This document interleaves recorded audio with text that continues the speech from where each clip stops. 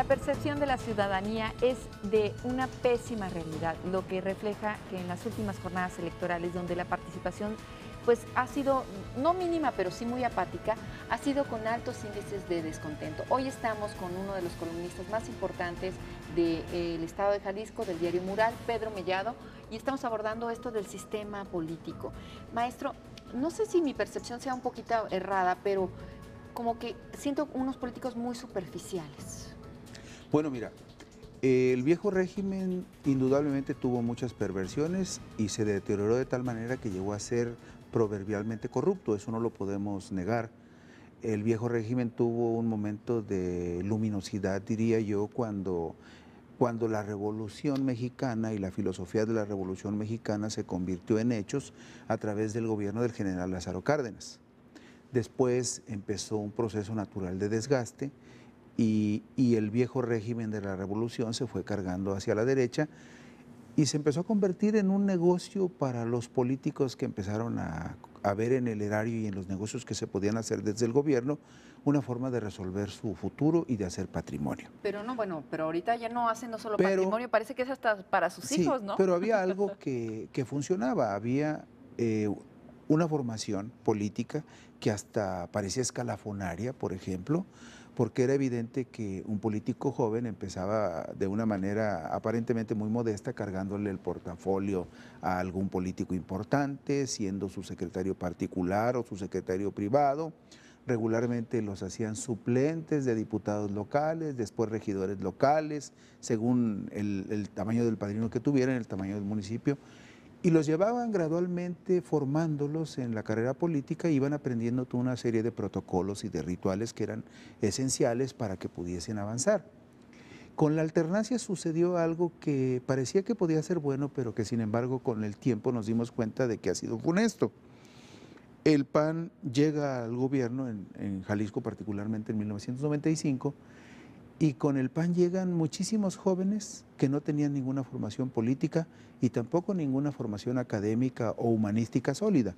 Yo recuerdo, por ejemplo, personajes como Gildardo Gómez Verónica, como Miguel Ángel Martínez Cruz, el papá de Miguel Ángel Martínez Espinosa, el subsecretario de Educación, que fue secretario de Educación aquí en Jalisco, como don Hugo Gutiérrez Vega, por ejemplo.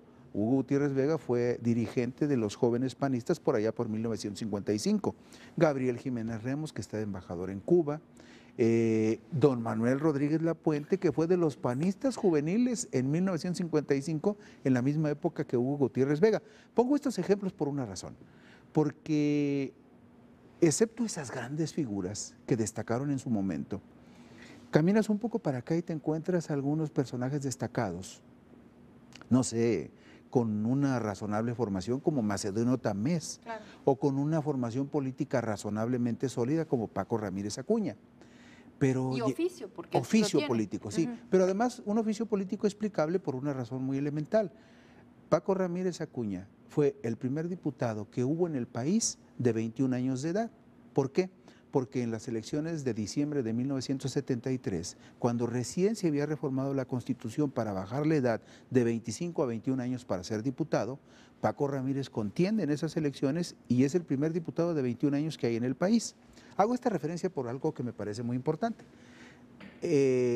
Quizá a la gente más joven los nombres que voy a decir no le resulten importantes o no tengan ningún significado, pero Paco Ramírez Acuña llega a ser diputado en la legislatura 57 cuando eran diputados Eleodoro Hernández Loza, el líder histórico de la CTM, y Pancho Silva Romero, el líder histórico de la CROC.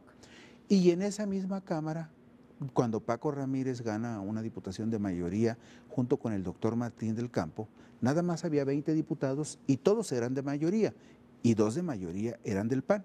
Pero en esa legislatura, por ejemplo, en la 47, llega también, por ejemplo, por primera vez como diputado local, Eugenio Ruiz Orozco, José Luis Leal Sanabria, Ismael Orozco Loreto, Abel Salgado Padre. Entonces, hago esta referencia por una razón. ¿Por eso dicen que Paco Ramírez Acuña es el priista, el panista más priista? Mira, los papás de Paco Ramírez Acuña fueron algo parecido a los apóstoles del panismo original, porque ellos fueron gente muy cercana a Efraín González Luna, Y los papás de Paco Ramírez fueron los que fundaron los primeros comités de panistas en Jamay, en Atotonilco, en esa zona de la Ciénega.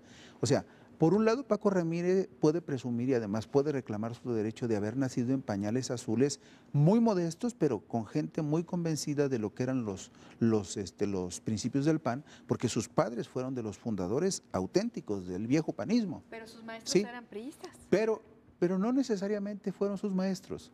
Paco llega a la Cámara como diputado de mayoría y eso era lo único que había en ese momento y por lo tanto pues conoce cómo hacían la política los priistas y algo de eso se quedó en su formación de político.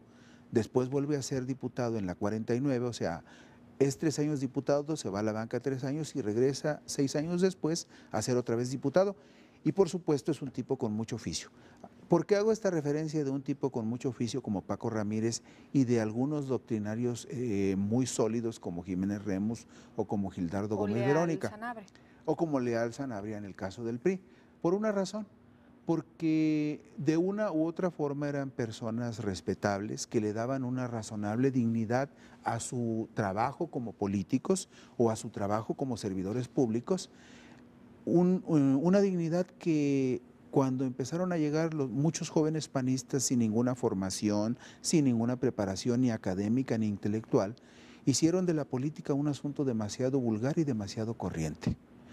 Y al no tener también muchos de ellos una formación sólida, desvirtuaron los principios y los fines de la política y la mayoría de ellos pensaron y piensan quizá que llegar a la política y repartirse el dinero público y gastar el dinero de los contribuyentes es una buena manera de hacer fortuna en 3 años y de resolver su futuro de un solo golpe.